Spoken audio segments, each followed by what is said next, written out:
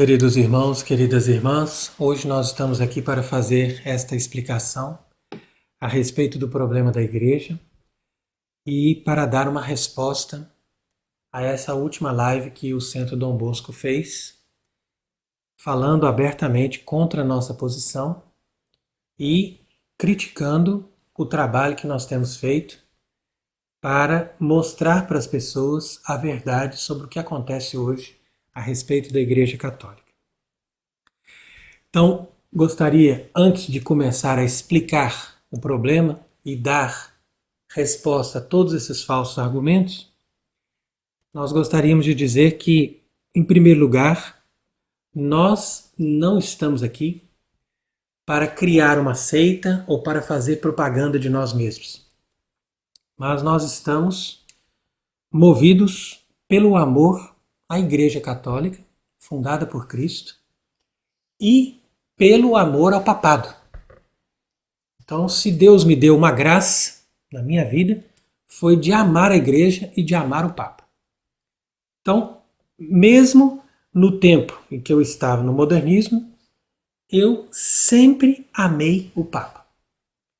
E quando eu me inteirei, recentemente, há alguns anos, de que mesmo João Paulo II ou Bento XVI foram pessoas que trabalhavam para esta anti-igreja e que não foram papas legítimos da Igreja Católica, então não tive com isso uma decepção, um sofrimento.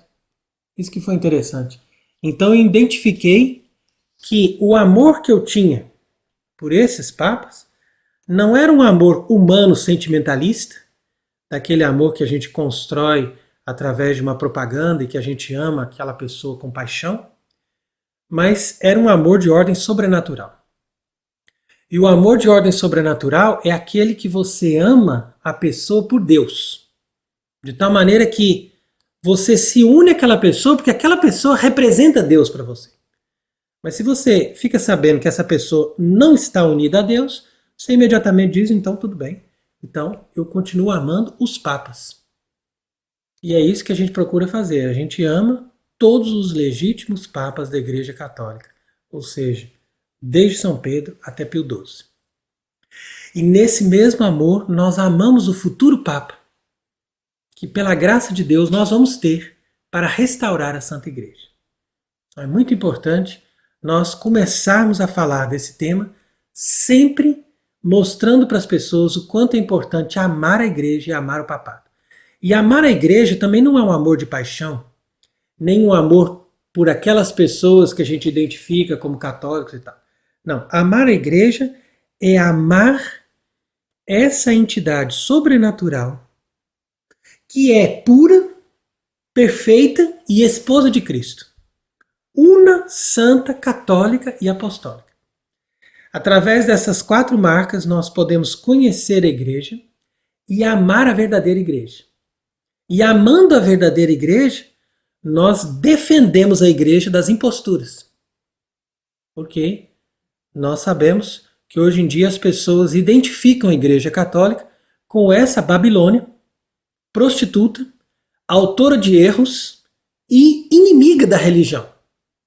Então, a nossa verdadeira intenção é fazer com que as pessoas separem bem as coisas e não misturem a Igreja Católica verdadeira com essa Babilônia. Agora, isso não significa dizer, como nos acusou o padre Paulo Ricardo, de que nós estamos dizendo que a Igreja se restringe a um grupo de pessoas que são perfeitas e puras. Não, a Igreja é santa e pura, mas as pessoas que fazem parte podem ser pecadoras, desde que elas estejam com a intenção de se converter e de professar a verdadeira fé. Senão nós podemos também cair num erro de um puritanismo, de um jansenismo que não corresponde ao catolicismo de todos os tempos. Então hoje, para nós identificarmos o problema, nós precisamos, sem dúvida, de conhecer a doutrina católica, de conhecer o verdadeiro magistério da Igreja, e não só isso, mas também de ter noção, pelo menos uma noção básica, do que foi a história do catolicismo nesses 2000 anos. E a partir daí, nós podemos construir um raciocínio baseado nos princípios católicos que nos darão a possibilidade de identificar o problema e identificar também quais são os passos para que esse problema se resolva. Mesmo que isso não esteja totalmente ao nosso alcance. Mas nós sabemos onde que nós devemos chegar para que as coisas voltem à sua ordem, ao seu lugar. Então, nós não chegamos à conclusão de que a sede de Pedro, ou seja, a sede do Papa, está vacante, ou, se você quiser também dizer, que a sede de Pedro está ocupada por um impostor, tanto faz, uma coisa ou outra dá na mesma, mas nós não chegamos a esta conclusão simplesmente por causa que nós estudamos, mas também pela graça, pelo sofrimento, pela oração. Você precisa sofrer, você precisa ser humilhado, você precisa estar disposto a seguir Cristo até as últimas consequências da sua paixão, para você poder entender que é preciso seguir a igreja crucificada. E é preciso se identificar com ela. Porque nós não devemos seguir a igreja ou seguir o catolicismo simplesmente por uma glória humana e por imaginar que nós temos tantos prédios, nós temos tantas pessoas, nós temos tantos benefícios, então por isso nós vamos seguir essa religião. Se fosse assim, no tempo do paganismo, nós também seguiríamos o paganismo. Ao contrário, nós sabemos que hoje toda essa estrutura que pertencia à Igreja Católica foi roubada. E uma vez que ela foi roubada por essas instituições civis que foram dominadas pela maçonaria, então é claro que eles colocaram para governar essa estrutura pessoas que estavam de acordo com eles. Então nós não estamos simplesmente criticando um Papa, nós estamos analisando uma situação gravíssima que o mundo se encontrou, onde todos os governos do mundo estão contra Deus e contra Cristo, e contra o catolicismo, desde a Revolução, mas agora muito bem implantados. E com essa glória que eles atingiram, com esse poder que eles atingiram, é claro que eles também tomaram conta da igreja. E colocaram, não só como Papa, mas também como bispos, pessoas que trabalham para eles. Então é uma coisa muito mais evidente e muito mais ampla do que aquilo que eles estão apresentando aqui, como se o debate fosse simplesmente se Francisco é herético ou não. Então nós não estamos questionando a questão da heresia. A heresia seria uma coisa muito pequena perto do problema. Porque Francisco, nós dizemos já isso várias vezes, ele não é simplesmente um herético. Francisco é um apóstata. Francisco é um homem que prega uma nova religião. E, portanto, ele não pode se apresentar nem sequer como católico, quanto mais como Papa. Tutte le religioni sono un cammino per arrivare a Dio. Todas as religiões são um caminho para se chegar a Deus. Sono, dirò una comparazione, sono come diverse lingue, São como diversas línguas ou diversos idiomas para se chegar a Deus. Comparison and an example would be they're sort of like different languages in order to arrive at God. Ma Dio è Dio per tutti. But God Mas Deus é Deus for para all. todos. E come Como Dio Deus è é Dio Deus per para todos, tutti, noi siamo nós somos todos tutti filhos de figli Deus. di Dio. And if God is God for all, then we're all sons and daughters of God. Ma il mio Dio è più importante del tuo. But my God Mas is o more meu important Deus than é your mais God. importante que o seu? È vero? É Quello? verdade? Is that true? C'è un solo Dio lì. E Um só noi Deus. sono idiomi, E cammino, as religiões lingue são per somente arrivare a Dio. There's only línguas one God, and diferentes. each of us is a language, so to speak, in order to arrive at Não God. importa se é Qualcuno è muçulmano, se é Sikh, qualcuno è cristão, não musulmano, importa. qualcuno Sikh, Muslim, hindi, qualcuno cristiano, Hindu, ma sono Christian. diversi cammini. There are different paths. São diversos caminhos. Understood? Então, é isso que é importante as pessoas perceberem, porque há muitos grupos aí hoje em dia falando cada um sobre a sua posição, mas eles estão simplesmente inflados de orgulho, de conhecimento, mas eles não têm essa sintonia com a graça e com os princípios da fé cristã para eles chegarem a uma conclusão correta das coisas. E, infelizmente, muitas pessoas seguem esses erros. Então, nós queremos apresentar aqui a nossa defesa, não do sede-vacantismo, mas a defesa do catolicismo. E o catolicismo, verdadeira fé, verdadeira religião, é contra essas heresias que nós estamos aqui denunciando. Então, a primeira delas, a heresia do galicanismo, que é defendida pela Fraternidade São Pio X, e a Fraternidade São Pio X, através de Monsenhor Lefebvre, criou no mundo inteiro o que nós chamamos de tradicionalismo.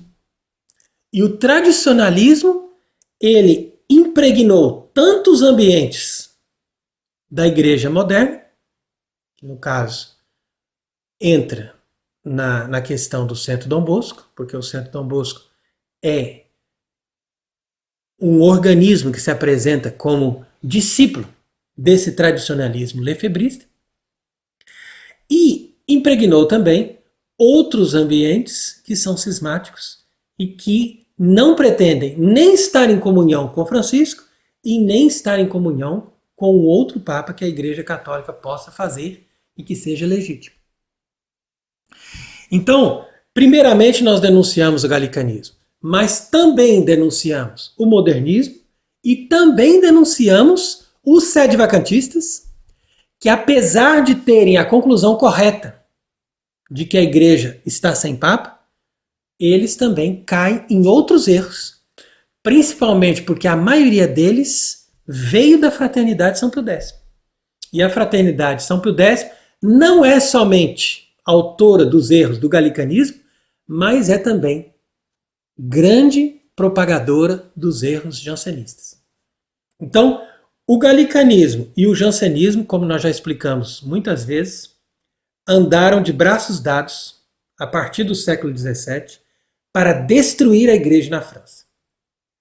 E quando Monsenhor Lefebvre se voltou contra João Paulo II, ele tinha razões boas, mas ele também era uma pessoa impregnada da doutrina galicana e do espírito jansenista. E não só ele, mas todos os outros que participaram do movimento dele foram impregnados desses erros.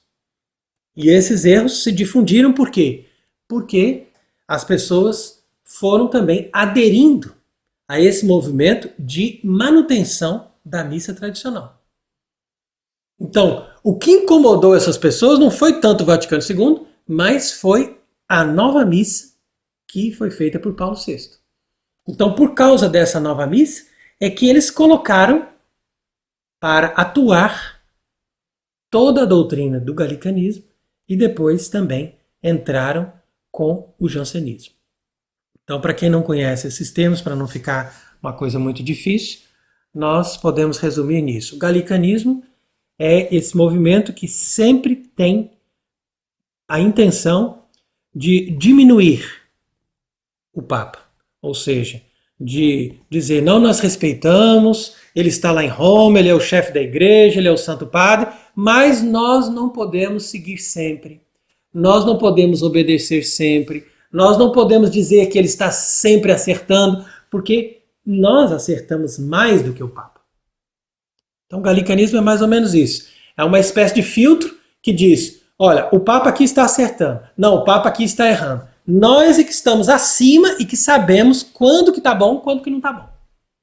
Mas ele está lá em Roma, ele está ótimo, ele é o chefe da igreja, parabéns, muito bem, Santo Padre, viva o Santo Padre. E assim fica. O galicanismo é a hipocrisia pura. E, por sua vez, o jansenismo é esse espírito de orgulho, esse espírito de formação de pequenos grupos de elite que se consideram acima dos outros, mais perfeitos do que os outros, só eles são perfeitos, só eles são válidos, só eles se salvam, só eles são a verdadeira igreja. Isso daí também é perigoso porque a Igreja Católica não é isso. Por isso mesmo, nós, quando encontramos a história da igreja, nós vemos sempre essa reação contra o jansenismo. Então, é necessário crer que é possível nós termos essa união com a Igreja Católica verdadeira hoje e que nós não estamos perdidos, apesar de nós não termos um verdadeiro Papa, e nós devemos, de qualquer forma, acreditar que a Igreja terá um Papa e depois desse Papa e depois dessa restauração, a Igreja terá papas até o final do mundo. Então, isso daqui que nós estamos vivendo é o tempo da grande apostasia. Mas depois disso, a Igreja vai ter um Papa, vai se restaurar e ainda vai ter papas até o fim do mundo. Mesmo que nós ainda tenhamos combates e dificuldades depois disso. Então quer dizer que eu mesmo, pelo meu próprio testemunho de vida, eu saí do modernismo básico, ou seja, daquela ideia de que o Vaticano II estava ótimo, de que a doutrina da igreja não era uma coisa tão evidente assim, que podia ser modificada nisso ou naquilo, e que a missa nova estava muito boa e que nós não precisávamos mudar nada e que os tradicionalistas estavam completamente errados. Então eu pensava assim num certo momento. Depois eu comecei a celebrar a missa tradicional, fui percebendo alguma coisa, fui percebendo isso, aquilo, estudando uma coisa ou outra, e aí fui entrando em todos esses ambientes conservadores e tradicionalistas e conhecendo toda essa lógica deles e pensando como um galicano. Ah, não, mas isso aí é normal, o Papa também não é aqui, não é infalível, ali ele também erra, mas é assim mesmo, e assim por diante. Chegou um determinado momento que a gente viu tanto escândalo e tanto absurdo, que a gente começou a perguntar, mas será que é isso a Igreja de Cristo, que ele fundou? Então quer dizer que o dogma da infalibilidade seria um privilégio que o Papa tem para quando ele faz um dogma ele ser infalível? Quer dizer que a Igreja não precisa de Papa. Na verdade, o Papa mais atrapalha do que ajuda. Porque se ele é só uma máquina de fazer dogma, e no dia a dia ele só ensina erros e absurdos, então antes não tivesse. E a gente dá um jeito na hora que for fazer um dogma, faz um concílio. Mas não precisa ter Papa.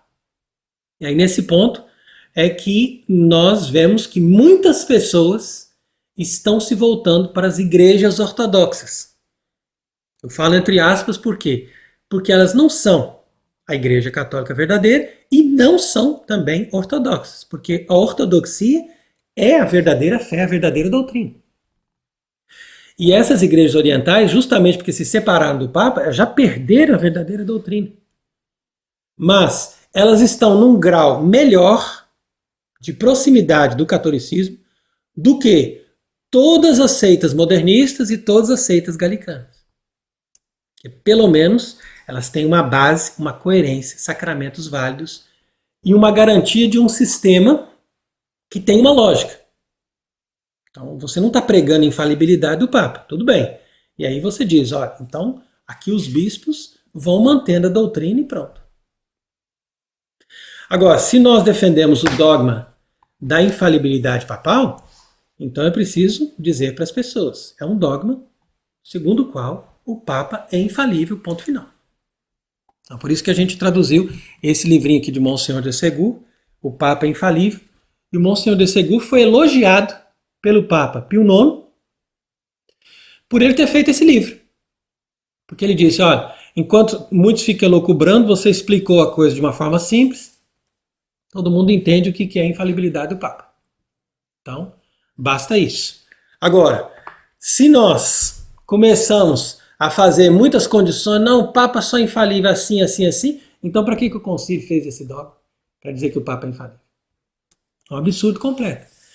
Então, é justamente por causa desse dogma que nós dizemos com certeza absoluta que João 23 e depois os outros se seguiram até chegar no Francisco, todos eles não são papas, porque eles não são infalíveis, eles não têm assistência do Espírito Santo, eles pregam não somente uma, mas muitas heresias e fundaram uma nova religião.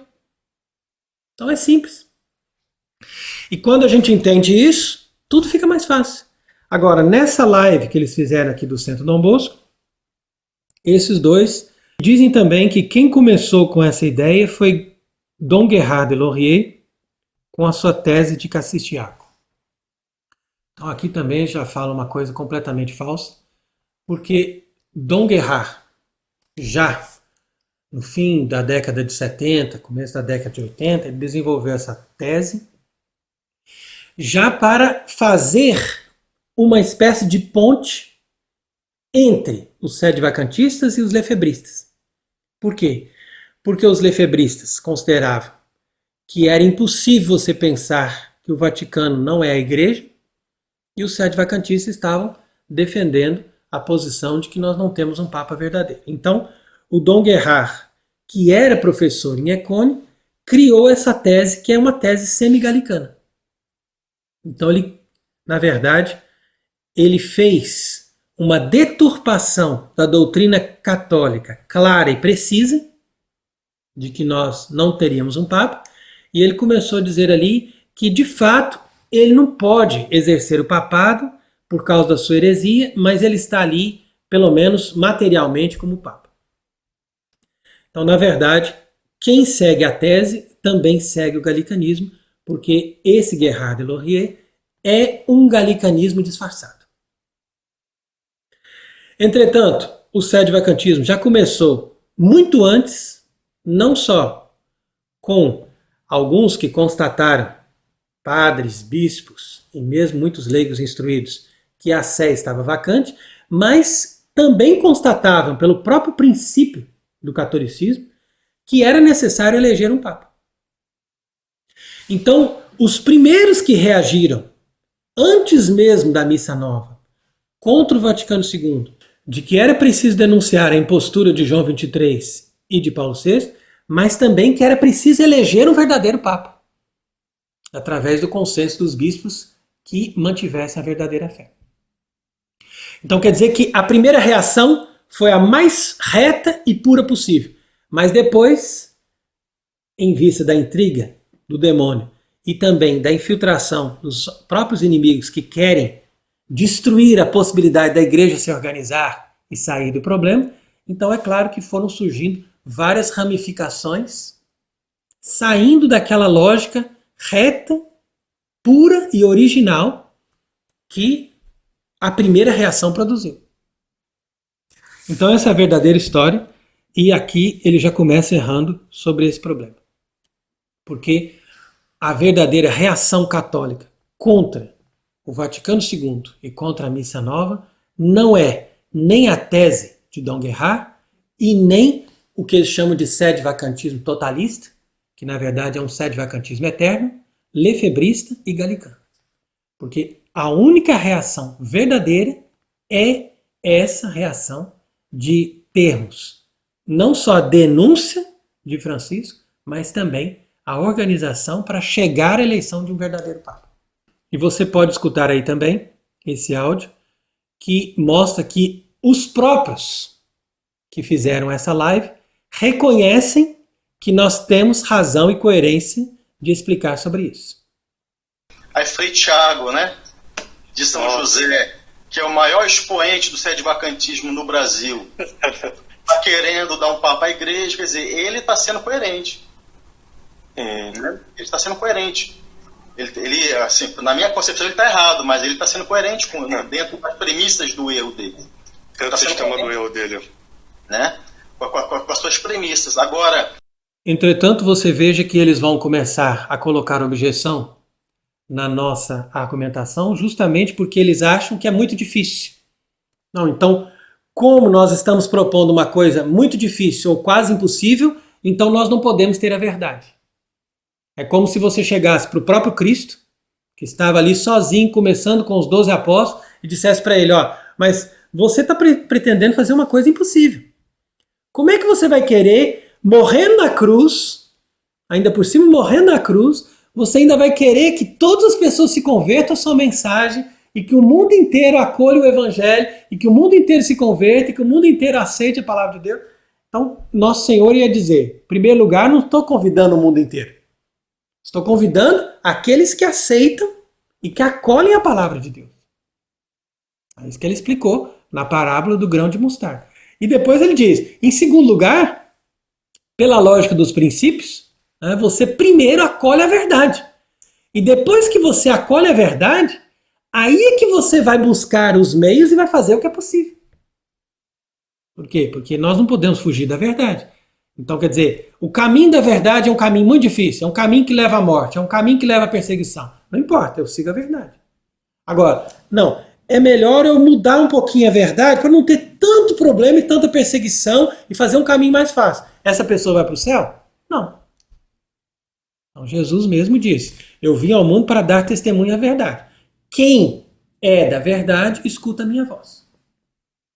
Então, é com isso que a gente rebate todos os argumentos deles aqui, mas nós vamos continuar explicando tudo aquilo que eles dizem para nós darmos as respostas para as pessoas que são da verdade, que ouvem a verdade e que querem dar a vida pela verdade.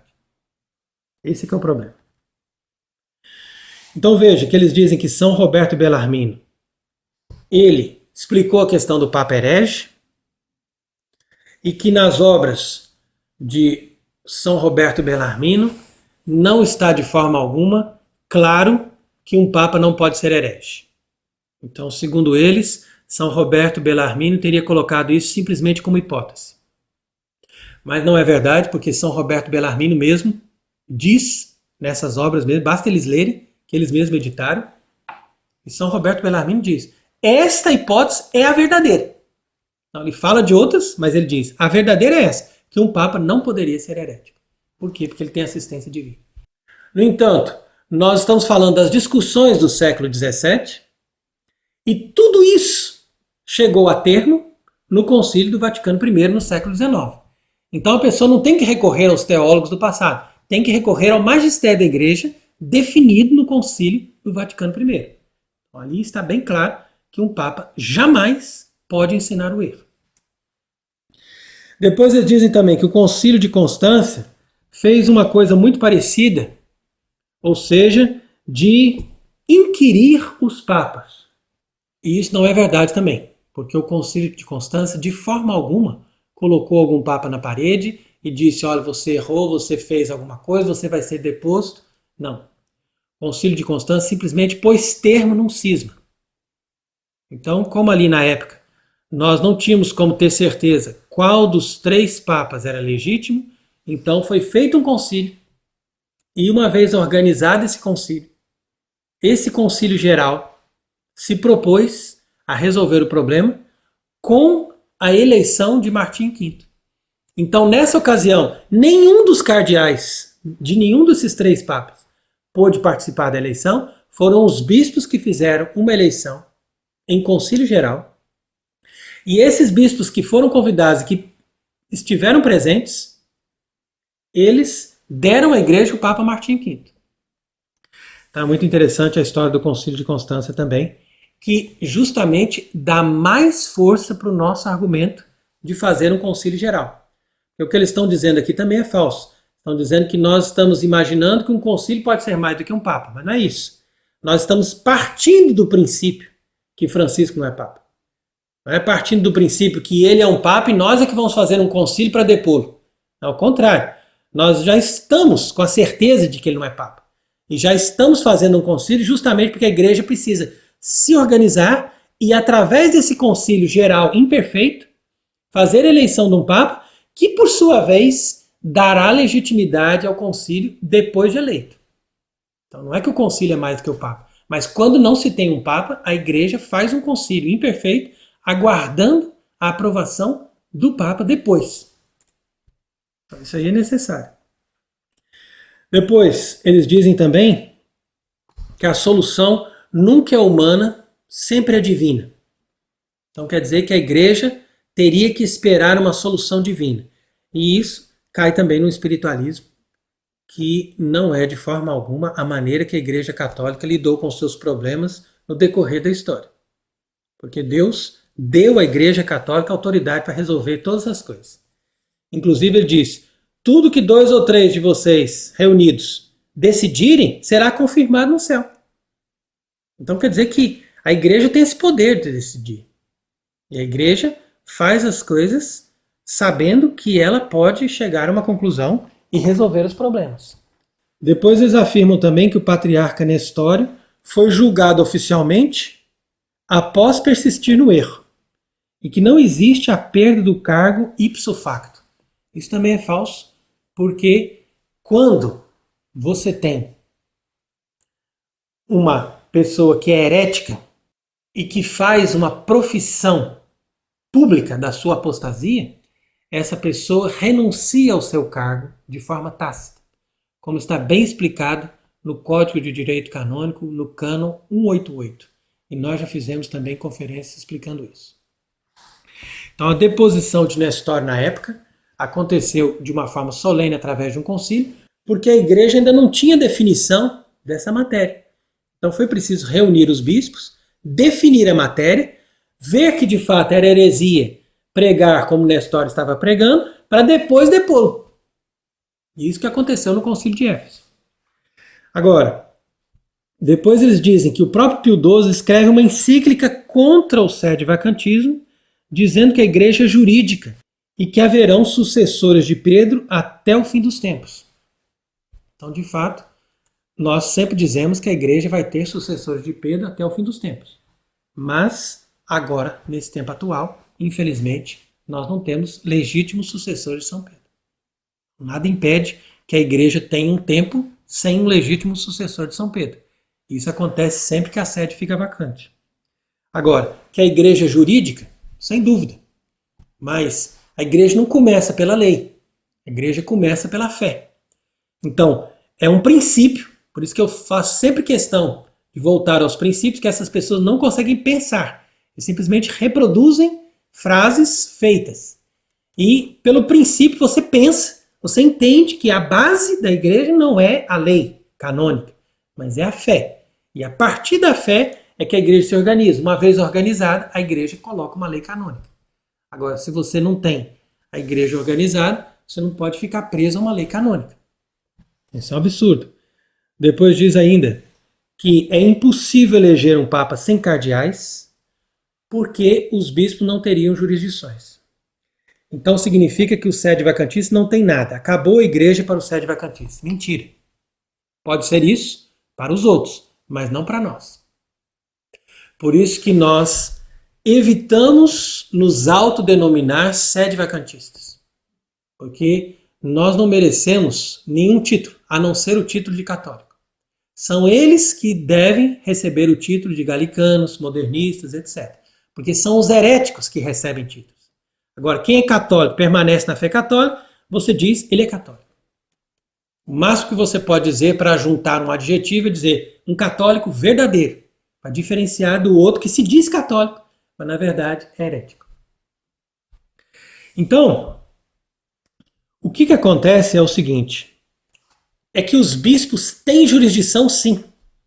Quando eles defendem a fé, e quando eles são validamente ordenados, eles têm uma jurisdição em vista daquilo que eles vão receber do futuro Papa. É mais ou menos como se você tivesse uma rainha que é regente do seu filho, que ainda é pequeno. Então, você coloca um regente, ou a própria mãe, que vai coordenar tudo até que essa criança atinja aquela idade. Aí depois ele assume o reino. Então a mesma coisa acontece com os bispos.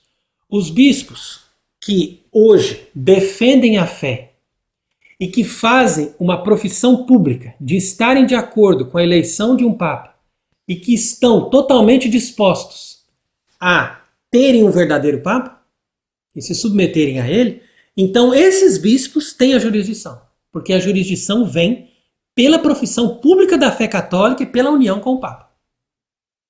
Então eles se tornam regentes, porque a jurisdição é exatamente isso, o poder de reger.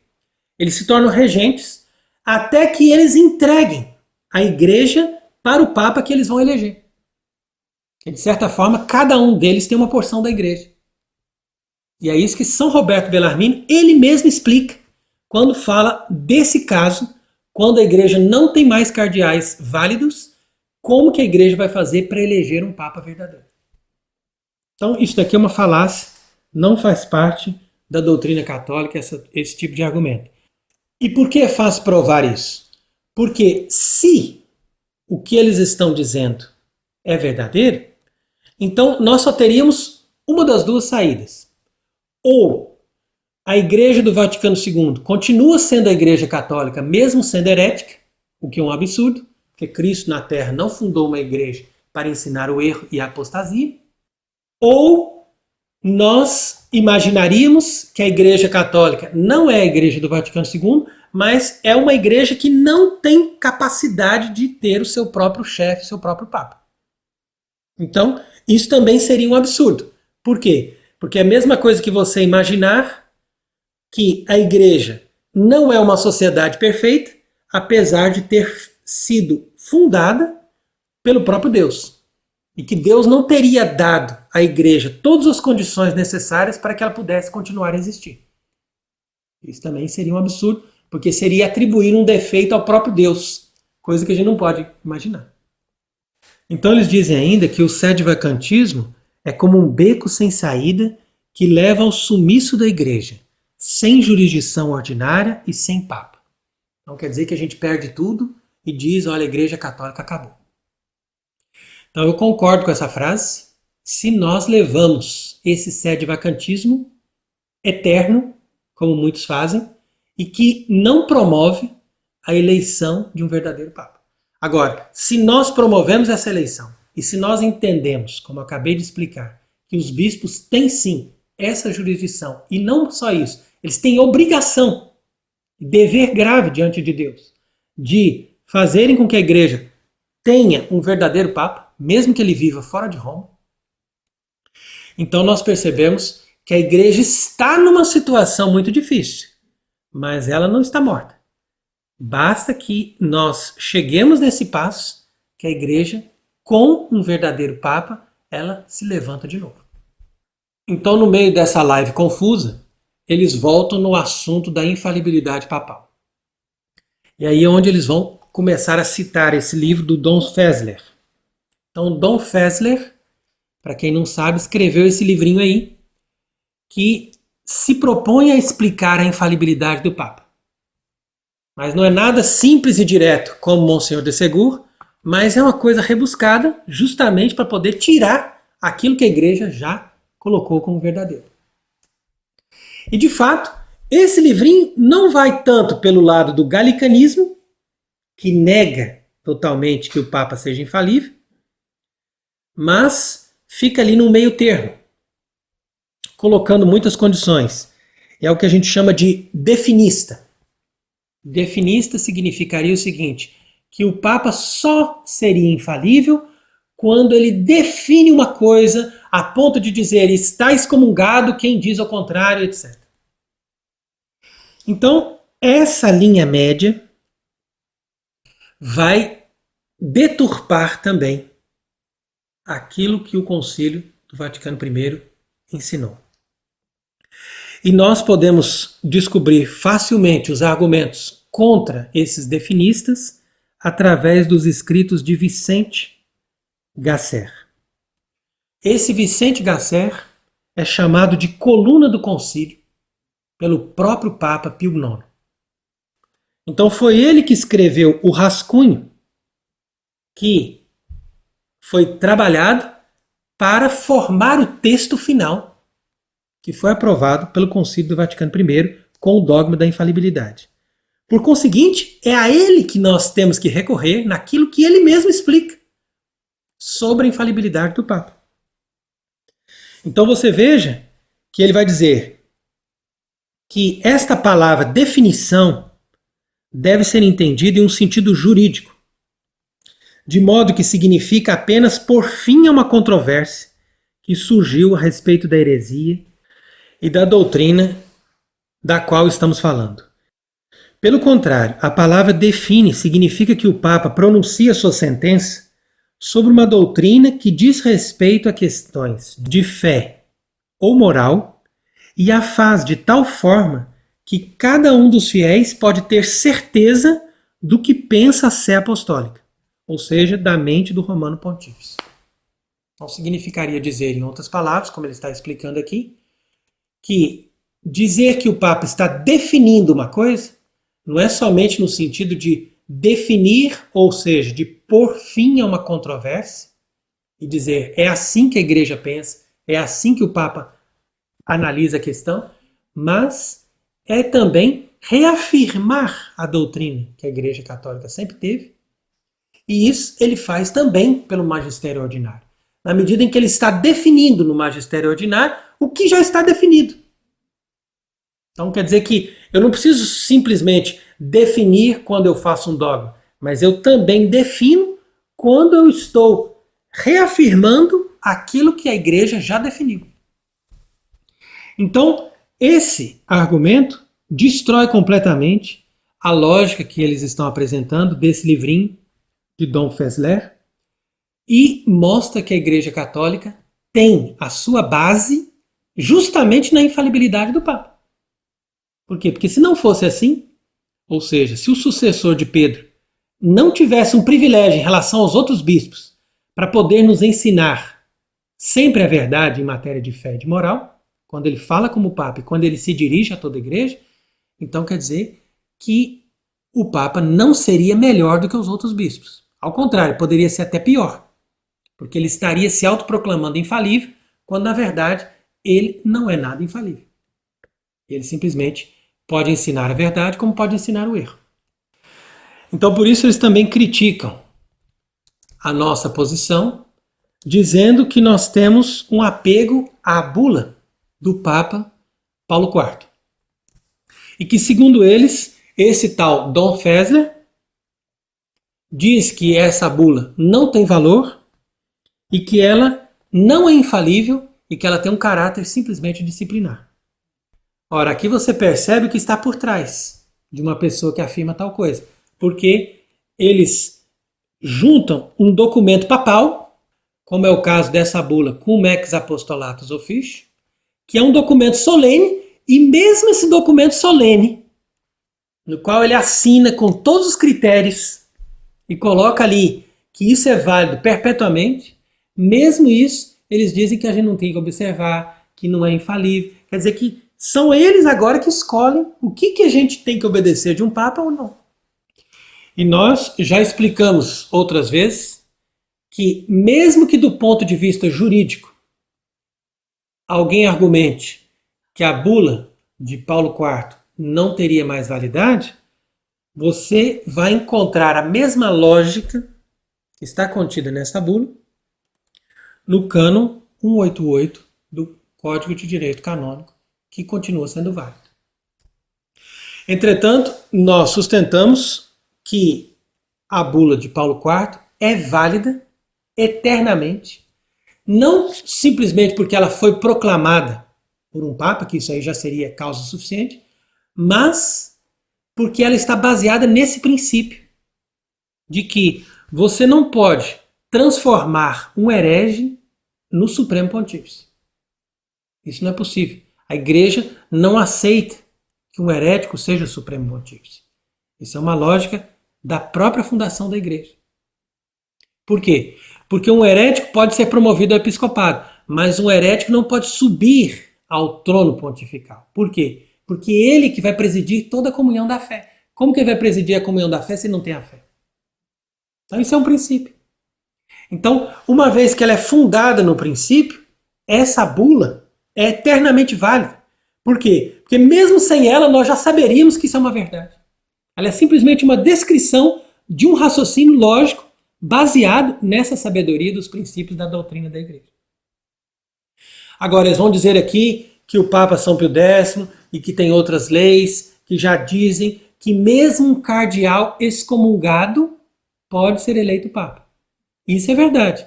Agora, existem várias causas de excomunhão.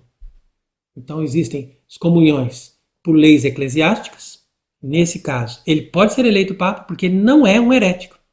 Agora, se essa excomunhão é por causa da lei divina, ou seja, porque esse tal cardeal abandonou a fé e está pregando uma outra doutrina, está na heresia, então é claro que essa excomunhão impede, traz um impedimento total para que essa pessoa possa legitimamente ascender ao trono do pontificado. Depois, continuando o ensinamento galicano, eles voltam sempre nesses mesmos temas e começam a dizer que o magistério tem graus.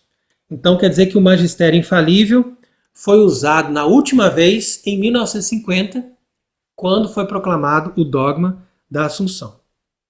Fora disso, ninguém é obrigado a seguir. Então, quer dizer que os padres devem desobedecer o Santo Padre, segundo eles, olha a frase. Os padres devem desobedecer o Santo Padre, que autoriza a bênção de casais LGBT. Então fica até feio dizer, né? O Santo Padre autoriza a bênção de casais LGBT. Você vai memorizando essa frase, imagina isso na mente de uma criança, né? Ah, tá bom, ele autoriza, mas ele é o Santo Padre, né? Ele é o Santo Padre. Ah, tá bom, mas nós devemos desobedecer, né? Devemos desobedecer. Percebe? Isso não pode ser o catolicismo. Desculpe, mas esse aqui não é a verdadeira igreja. Isso é um ensino completamente sem sentido. Aí depois eles começam a dizer também que a igreja já ensinou que pode resistir. São Roberto Bellarmino, São Tomás, e que a própria filosofia ensina que você tem que resistir a uma autoridade que está indo contra. Então, isso é uma coisa evidente. É um princípio de que você pode resistir a uma autoridade que está indo contra aquilo que foi estabelecido, ou contra os princípios da fundação daquela entidade da qual essa autoridade pertence. Isso é uma coisa perfeitamente lógica. Mas nós argumentamos isso, mas explicando justamente que você resiste justamente porque ele não é Papa. Porque se ele for verdadeiro Papa, então você não pode resistir. E quando São Roberto Bellarmino diz que você pode resistir a um Papa, não é em matéria de fé, de moral, do ensinamento. Ele diz que uma grande autoridade, como por exemplo um rei ou um cardeal, poderia, no caso do Papa, por exemplo, querer tomar uma decisão política, ou querer convocar tal pessoa, querer fazer tal coisa. Então, uma atitude, uma decisão de um Papa poderia ser eventualmente contestada por uma grande autoridade que tivesse acesso a ele e que dissesse: Santo Padre, ouve o conselho, não faça isso é prematuro, isso aí vai dar problema, isso aí tem dificuldade. Então quer dizer que é nessa lógica. Porque se não é dentro dessa lógica, então nós estamos fundando a igreja sob a desobediência. E isso não se pode fazer nem sequer com o prior de um mosteiro. O prior de um mosteiro, você está com a cabeça dura e ele quer fazer tal coisa, deixa ele fazer tal coisa. E a gente não pode desobedecer. Uma vez que ele não está indo nem contra a fé, nem contra a moral, é a vontade dele que prevalece. Mesmo que você tenha uma capacidade de resistir até certo ponto e dizer, isso vai dar errado, ouve o nosso conselho. Pronto, se ele não quer ouvir, o problema é dele. Mas dentro da autoridade dele, e ele não indo contra a fé, não indo contra a moral, ele tem direito de tomar uma decisão e nós temos que obedecer. Então isso também é falso. Depois eles dizem que os papas no passado erraram. Porque sobre a data da Páscoa, o Papa deveria unificar a Páscoa. Depois começa a levantar todas aquelas coisas que aconteceram no passado. A maioria delas que são mentiras dos próprios protestantes, que eles também seguem, porque o galicanismo, de certa forma, é um ramo do protestantismo. Ou então, falta de entendimento, falta de compreensão de uma situação ali que um Papa viveu e as pessoas acham que ele caiu no erro, caiu na heresia, quando na verdade não aconteceu isso. Então, para mim, basta o que diz o próprio magistério, que dá o argumento definitivo contra esses difamadores da Cátedra de Pedro. Então aqui basta você ler o Concílio Vaticano I, que já diz claramente que estamos todos firmemente convencidos que a Cátedra de São Pedro sempre permaneceu imune de todo erro. Não é só quando proclama um dogma, tá vendo? Sempre. Em todo o seu ensinamento, em todo o seu magistério, a Cátedra de São Pedro é imune do erro. E é isso que faz com que a Igreja Católica seja a verdadeira Igreja de Cristo, divina e imaculada. Por quê? Porque um Papa verdadeiro nunca ensina o erro. Depois eles continuam elogiando a posição que eles consideram tradicionalista, segundo a qual nós devemos manter as coisas da tradição e desobedecer os papas modernos que vão contra as coisas que estão definidas e orientadas pela Igreja Católica do passado. Então, nessa mesma lógica galicana, eles defendem, mais uma vez, a desobediência, ao mesmo tempo que reafirmam que é válido o pontificado de Francisco e de todos esses outros que eles dizem que não se pode obedecer. E para refutar esse argumento, nós mostramos mais uma vez o próprio texto do Vaticano I, basta que eles leiam, né, que não só em coisas referentes à fé e aos costumes, mas também no que se refere à disciplina e ao regime da Igreja, espalhado em todo o mundo, todos são obrigados à subordinação hierárquica e verdadeira obediência. Então quer dizer que um verdadeiro católico obedece sempre ao Papa, com total submissão. E isso que explicava São Francisco de Sales, por isso que Monsenhor de Ségur faz essa belíssima citação, para mostrar que a base da nossa vida, da nossa espiritualidade católica, é a nossa alegria de obedecer sempre ao Papa e de fazer tudo o que ele pede para que a igreja seja sempre una e para que nós possamos ser uma só alma e um só coração. Então o catolicismo é fundado nisso, nessa obediência, nessa adesão total. E portanto nós, como verdadeiros católicos, não obedecemos Francisco porque ele não é Papa e nunca foi Papa. Agora, o dia que nós tivermos um verdadeiro Papa, nós vamos obedecer sempre. Mesmo que ele esteja pedindo uma coisa que está contrária àquilo que nós queremos ou àquilo que nós achamos que é o melhor. Então depois eles ainda defendem João 23, dizendo que na época João 23 tinha uma boa reputação e que ele foi eleito Papa e que a aceitação universal da Igreja já é suficiente para que aquela eleição seja válida, mesmo que aquela pessoa eleita tenha sido eleita de forma fraudulenta ou que ela não seja apta para o papado. Então isso também é falso. Por quê? Porque aptidão para o papado é condição para que a pessoa seja verdadeiramente sucessora de São Pedro. E nós já explicamos várias vezes que é preciso essas 4 condições. Primeiro, que a pessoa seja um homem. Então não adianta eleger uma mulher, nem adianta eleger um cavalo.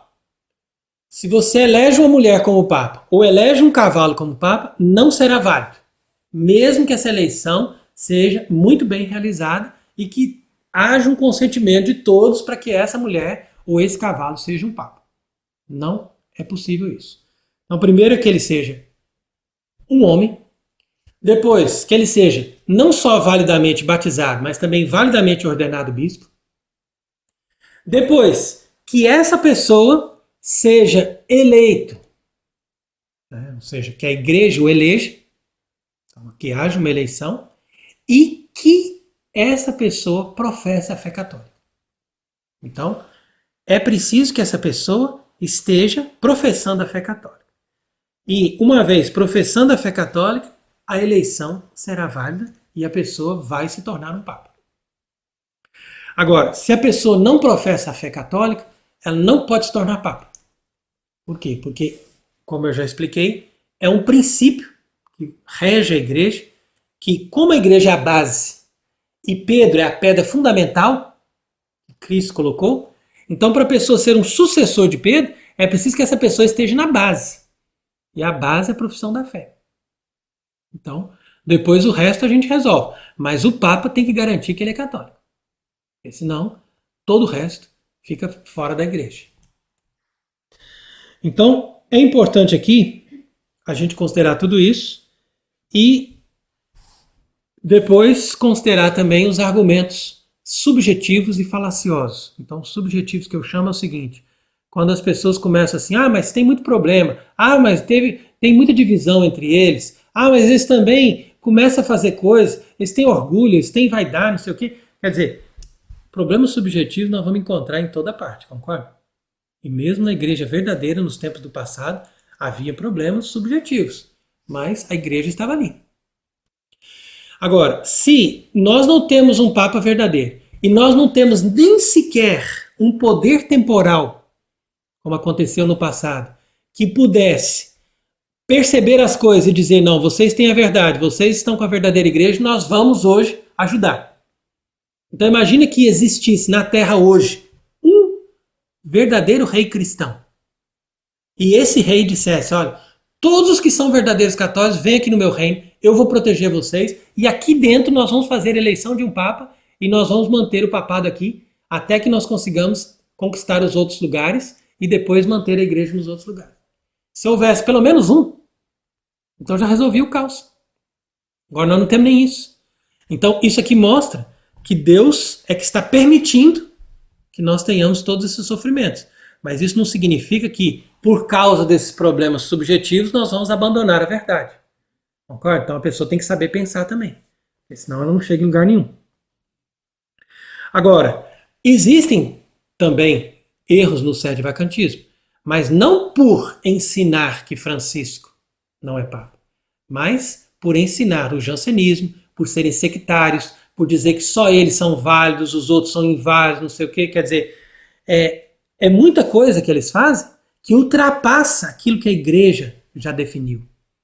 Tem muitas coisas que somente um futuro Papa verdadeiro é que vai ter autoridade para chegar e dizer, isso é aqui, isso é assim, esse está excomungado, esse você não segue. Agora, se a pessoa segue somente os critérios da igreja e fica somente no que a igreja ensinou no seu magistério, e é um sede-vacantista, mas no sentido correto, ou seja, de não só denunciar que a cátedra de Pedro está vacante, mas também de apoiar a eleição de um verdadeiro Papa, na medida que nós entendemos que nós precisamos de um Papa, então essa pessoa não está no erro. E, portanto, você não deve fugir de uma pessoa como essa. Pelo contrário, você deve convidar uma pessoa como essa para ser seu amigo e para te ajudar a entender melhor o que é a verdadeira Igreja Católica. Então, eu abraço do fundo do meu coração todos aqueles pessoas simples, pessoas honestas no Brasil que nos acompanham, que nos apoiam e que estão conosco nessa caminhada para a restauração da Igreja. E eu reprovo com todo o meu coração todos esses erros e todas essas heresias que essas pessoas estão promovendo para criticar o nosso trabalho. Mas ao mesmo tempo eu rezo e convido também essas pessoas a rezar pela conversão dessas pessoas, porque nós não devemos criticar as pessoas ou fazer guerra com as pessoas, mas nós devemos ajudar essas pessoas a chegar na verdade, como eu mesmo cheguei na verdade, por graça de Deus, e cada dia peço a Deus que me dê a graça de perseverar na verdade até o fim. Então nós estamos fazendo tudo isso para o Papa e pelo Papa, mas não por Francisco, que é impostor, mas por um Papa verdadeiro, católico, como todos os outros, até Pio XII, aos quais nós amamos e nós rendemos toda a nossa submissão e toda a nossa devoção. E que Deus nosso Senhor, que fundou a Igreja sobre a rocha, possa nos dar a graça de restaurar a Santa Igreja Católica e o catolicismo verdadeiro com um verdadeiro Papa que um dia há de nos governar com toda a sabedoria e com toda a graça da sua infalibilidade que vem do céu. E que ele seja bendito para sempre. Amém.